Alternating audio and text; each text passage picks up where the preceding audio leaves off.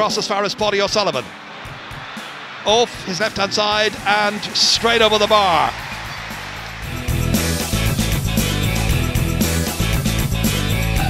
We're heading into our second consecutive Munster final.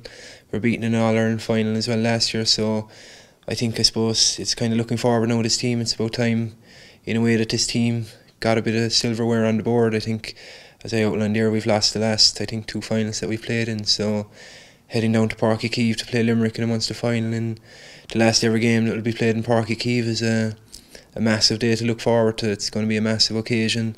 It's probably going to be a lot of pressure on the team to perform, but having said that, every time you play a Munster final it's going to be massive pressure, so we're just going down there hoping we can play to our full potential, and if we do that we'll certainly be thereabouts. Limerick are kind of, I suppose, they're almost like ourselves in a way, in that they were kind of forgotten about towards the tail end of last year's championship. They had probably a poor performance that they wouldn't have been happy with against Clare, but I mean, they'd won a Munster title. They'd beaten Cork and Tipperary on the way to winning that, which a lot of teams down through the years couldn't say they'd have done. And I think this year again they were probably written off again coming into the championship with all the controversy that was stirred up there in maybe February, March. But I mean, they marched into Thurles and defeated as strong a Tipperary team that's ever been out there, and I think that shows great belief in themselves as a team, and great belief coming from the management as well, that they were able to put all that behind them and qualify for a second Munster final. And I certainly think heading down to Cork isn't going to faze them, just like heading into Thurles didn't faze them.